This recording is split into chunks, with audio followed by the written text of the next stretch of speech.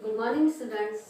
मैं डॉक्टर गीता भैजई महाविद्यालय भैजई से बीए फर्स्ट ईयर के स्टूडेंट्स को आज एक नया टॉपिक मोनोपोली एकाधिकार लेकर आई हूँ।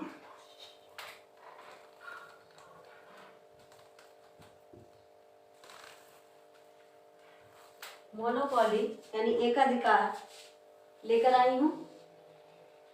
मोनोपोली क्या है? सबसे पहले हमें जानना होगा कि एकाधिकार है क्या। ये जो मोनोपोली है वो दो शब्दों से मिलकर बना है। दो शब्दों से मिलकर बना है, mono plus poly. Mono plus poly, इसका मोनो का मतलब होता है सिंगल, अकेला, और पॉली का मतलब होता है विक्रेता।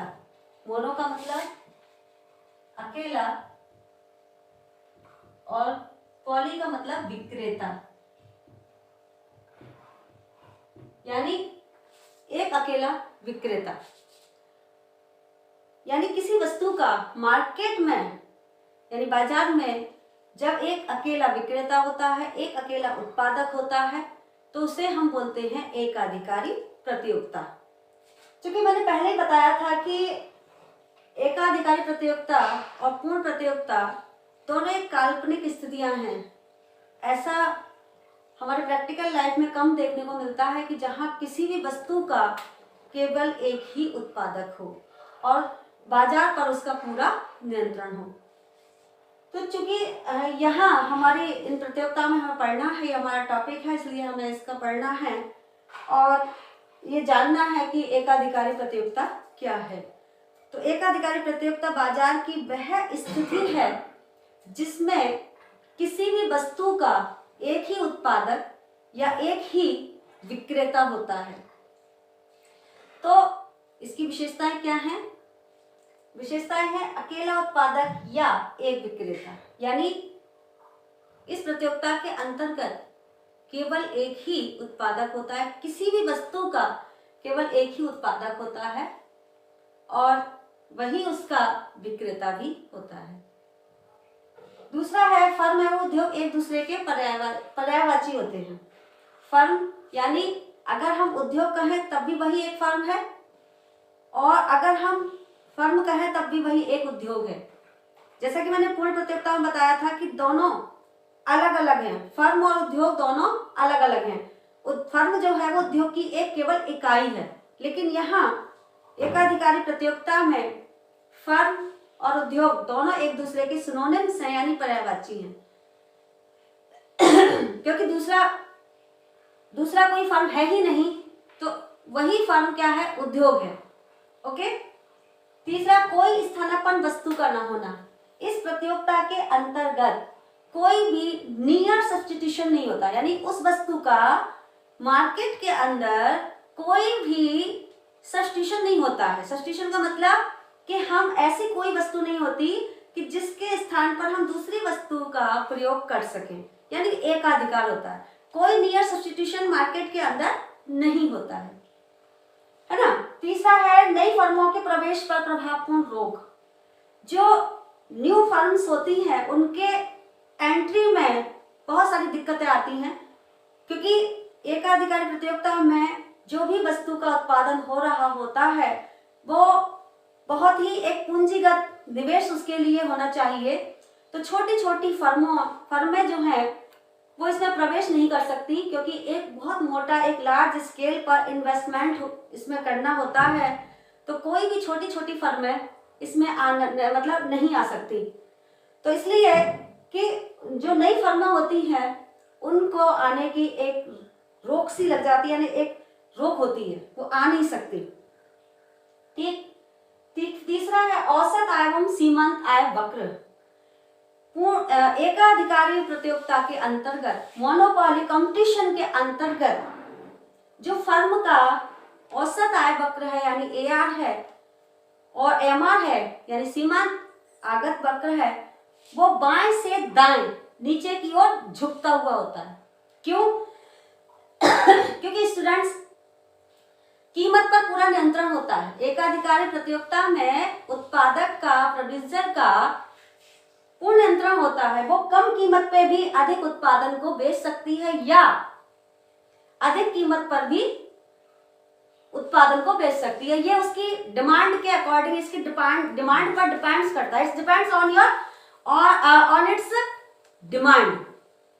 ओके स्टूडेंट्स, तो कहने का मतलब है कि जो एकाधिकारी प्रतियोगिता है उसका जो AR है और जो MR है वो बाएं से दाएं नीचे की ओर गिरता हुआ होता है। इसका मतलब है कि वो अपनी कीमत नियंत्रण उसके हाथ में होता है। अगला है कि इसकी जो एक विशेष विशेषता है वो ये है कि कीमत विभेद संभव है। कीमत विभेद का मतलब है कि अगर उत्पादक चाहे तो ग्राहकों को अलग अलग कीमत पर अपनी वस्तु को बेच सकता है। अलग अलग ग्राहकों को अलग अलग जगहों पर, अलग अलग क्षेत्र में वो उसको क्या कर सकता है, कीमत विभेद कर सकता है, यानी अलग अलग कीमतों पर अपनी वस्तु को बेच सकता है। ऐसा क्यों? क्योंकि जहां पर उस वस्तु की डिमांड ज्यादा होगी उसको वो अधिक कीमत पर बेच सकता है, और जहां वस्तु की डिमांड कम होगी उसे वो कम कीमत पर बेचकर लाभ कमा सकता है।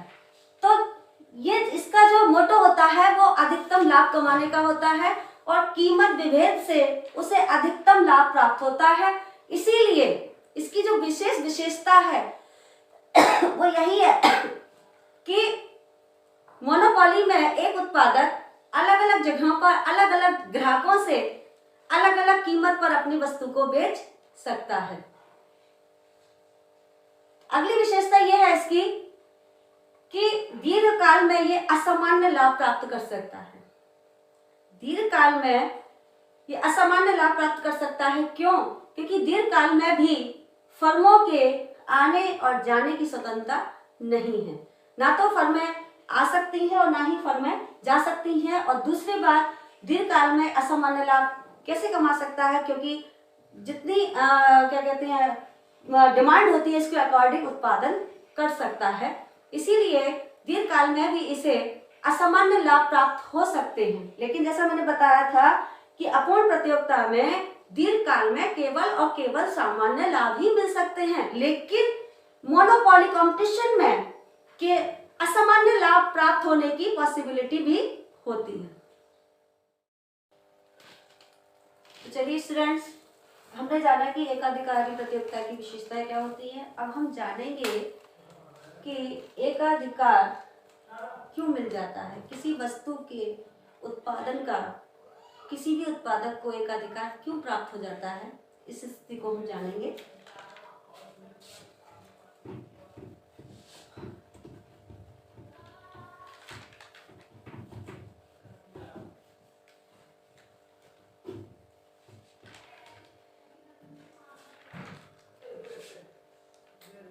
सबसे पहला, एकाधिकार प्राप्त करने का कारण।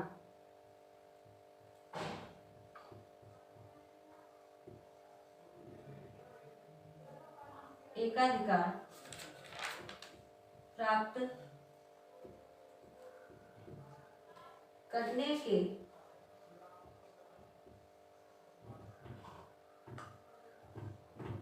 कारण। एकाधिकार प्राप्त करने के कौन कौन से ऐसे कारण हैं जिनकी वजह से उत्पादक को एकाधिकारों से प्राप्त हो जाता है, मार्केट में वह अकेला ही उत्पादक रह जाता है। ऐसे कौन कौन से कारण हैं? कच्चे माल का केंद्रीकरण।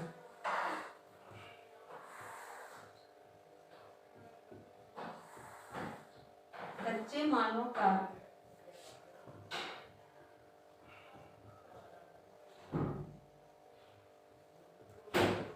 केंद्रीकरण। तो देखिए स्टूडेंट्स, कच्चे मालों का केंद्रीकरण आपने देखा होगा कि जहां पर जिस उद्योग के लिए या जिस वस्तु के उत्पादन के लिए कच्चे माल की सुविधा होती है वहां पर ही वह उद्योग सेटअप हो जाता है ना। तो जैसे कि हम देखें कि पश्चिम बंगाल में जूट उद्योग है ना, तो वहां पर इस ज्यादा एक एकाधिकार सा हो गया। जहां पर कच्चे माल की सुविधा ज्यादा होती है तो उस पूरे कच्चे माल पर नियंत्रण उस क्षेत्र का या उस एक कंपनी का या एक उत्पादक का एकाधिकार यानी मोनोपोली हो जाती है। तो इस कारण से भी उसे एकाधिकार प्राप्त हो जाता है ना। कच्चे माल पर स्वामित्व की वजह से, कच्चे माल पर नियंत्रण की वजह से उसे एकाधिकार प्राप्त हो जाता है। ठीक है। दूसरा है कानूनी एकाधिकार।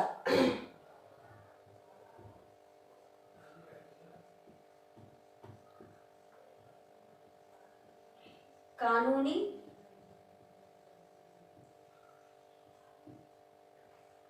एकाधिकार, है ना।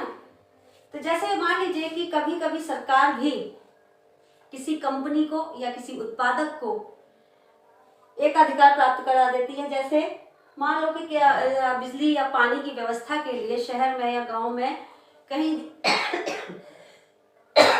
सॉरी स्टूडेंट्स, कहीं शहर में बिजली की व्यवस्था के लिए सरकार ने एक कंपनी को एकाधिकार दे दिया है कि वहां की व्यवस्था में कंपनी करेगी, यानी वहां का जो व्यवस्था है वो उस कंपनी देखेगी। तो इस तरह से सरकार के द्वारा दिया जाने वाला भी कानूनी अधिकार से उसे एकाधिकार की प्राप्ति हो जाती है। कानूनी अधिकार के द्वारा भी मोनोपोली प्राप्त हो जाती है।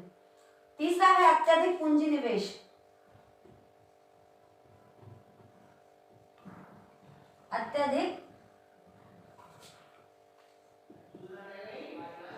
पूंजी निवेश, है ना। अत्यधिक पूंजी निवेश का मतलब है कि ये जो एक वस्तु का जो उत्पादक होता है वो बहुत बड़ी मात्रा में निवेश करता है और छोटी छोटी फर्में उसका कंपटीशन नहीं कर पाती। यानी छोटे छोटे जो उत्पादक होते हैं वो इस क्षेत्र में उससे कंपटीशन नहीं कर पाते और इस वजह से भी अत्यधिक पूंजी, एक मोटी पूंजी, एक लार्ज स्केल में इन्वेस्टमेंट करके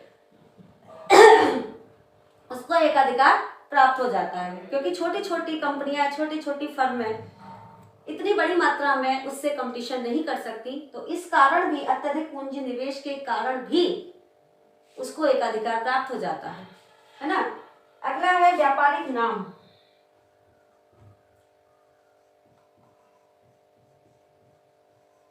व्यापारिक नाम या गुडविल, व्यापारिक नाम या गुडविल।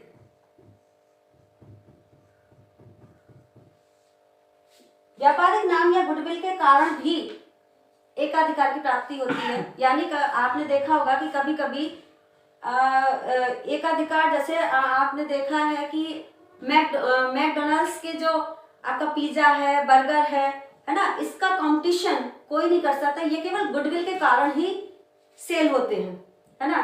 अगर मैं एक छोटा सा उदाहरण एग्जांपल दूं तो आप आगरा में जो पंछी पेठा है तो उसकी गुडविल इतनी ज्यादा है कि उसके नाम से ही पेठा बिकता है। तो इस तरह से इनकी गुडविल बहुत अच्छी होती है मार्केट के अंदर और इसी कारण इनको एकाधिकार की प्राप्ति भी हो जाती है। तो गुडविल यूं ही नहीं बनती, साख किसी भी व्यक्ति की साख यूं ही नहीं बनती।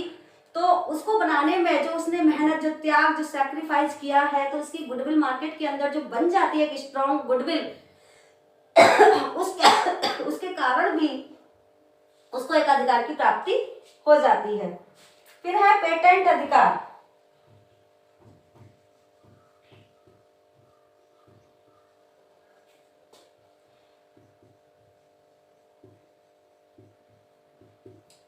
पेटेंट अधिकार, जब किसी वस्तु के उत्पादन में किसी भी उत्पादक को क्या मिल जाता है, एक पेटेंट यानी एक ट्रेडमार्क मिल जाता है, एक कानूनी विशेष अधिकार मिल जाता है, तो उससे भी क्या होती है कि एकाधिकार यानी मोनोपोली की स्थिति बन जाती है ना। बहुत से ऐसे हमारे ट्रेडमार्क बहुत से मिले हुए हैं जिसकी वजह से कंपनियों को एकाधिकार मिला हुआ है और उसकी प्रतियोगिता कोई भी नहीं कर सकता। तो ये रहा स्टूडेंट्स कि किसी भी उत्पादक को एकाधिकार कैसे प्राप्त हो जाता है, क्या कारण है कि उसको मोनोपोली प्राप्त हो जाती है। तो मैंने अभी आपको इतने सारे आपको फैक्ट्स बताए थे इसके संबंध में कि किसी भी व्यक्ति को एकाधिकार की प्राप्ति कैसे होती है, एकाधिकार क्या है, एकाधिकार की विशेषताएं क्या है। तो आज के दिन इतना ही। आगे इसका जो संतुलन है एकाधिकारी प्रतियोगिता के अंतर्गत, जो फर्म का, उत्पादक का जो संतुलन है वो कैसे होता है, वो हम कल नेक्स्ट वीडियो में देखेंगे।